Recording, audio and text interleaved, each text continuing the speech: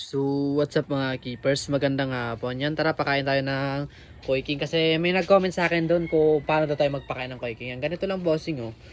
Dali lang. Yan, tapon mo lang yun dyan sa tubig. Yan oh. Ang iba kasi nila dinudurog. Pero yan, goods naman yan na kahit di mo nadurugin is makain naman yan ng isda mo. Kasi habang tumatagal dyan sa tubig is natutunaw yung pellet or yung Koi King.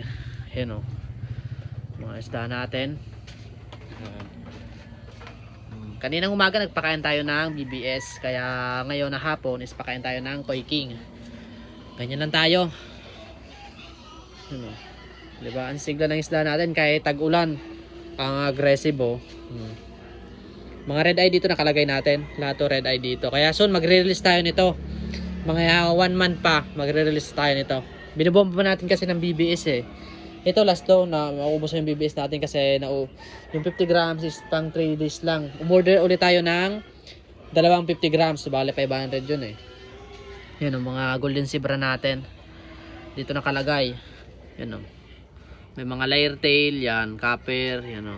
Mga golden zebra natin. Papalakihin pa natin to bago natin release. Ito mga male lang dito nakalagay. Then ito pinapataba natin kasi ito yung namayat sa mga jubi natin din breeder.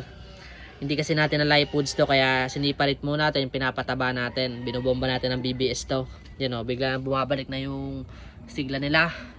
Then itong akre pala is available natin to ngayon na akre natin. Kaya PM na kayo mga boss, for take all lang to. Mas maganda kung malapit kayo para yan o, mas mabilis yung shipping natin, yung akre. Mga molting stage pa lang to.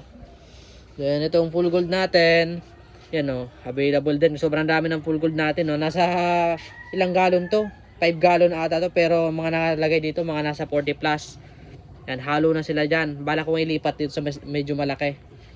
Kaya isipan ko pa kung ilipat ko dito sa isa. Yan o, halos gapi yung pro out natin. Yan o, pinapakain natin ngayon mga Koi King sila ngayon. Yan, alternative nila o alternate mapakain. Alternative pa nga. Alternate. Ay, nabubulol. Yan o. Basta, yung palitan nila pakain yan. Yan o. Pakard natin. Then, ito yung pakain lang natin, Koi King. Yan o. Mga breeder natin na male. Lahat dyan nakalagay. Nakasalang. May mga white eye dyan. Kaya kailangan natin bombahin to ng BBS. Sino ganda ng katawan ng isa. Yung mga full white medyo namamayat kasi hindi makakita na masyado ang mga full white na male yan o. Kaya nito yun o. Namamayat sila kasi nahihirapan silang makakita kapag full white. Kaya yung mga nagbabalak din mag full white, bahala kayo dyan sa buhay nyo. Bulag kasi ang full white para sa akin. Mahirap sila makakita. Ayan o. Lahat yan dyan mga armored. Kaya soon, yan, magre-release tayo ng madami. Madami pa naman tayo dito.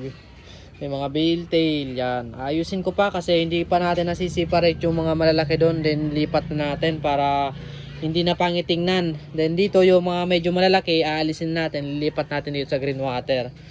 Yan. Then yung mga bansot dito, ilipat natin doon. Yan. Piliin lang natin yung mga bansot para maisiparate na natin. Medyo may nakita pa kasi tayong bansot dito eh. Hindi talaga naiiwasan ng bansot sa mga magkakapatid kasi nag-aagawan sila ng pakain. Ito medyo bansot to. Yan. Rekta yan dito. Kasi kailangan natin bombahin yun ng BBS. Kaya sinisiparate natin para makakain ng maayos, hindi mag-agawan. Kaya ayan, sambagsak muna. Kamalma. Then kung nakaabot kayo sa video to, don't forget like and share, follow para updated kayo sa aking mga video. Thank you guys.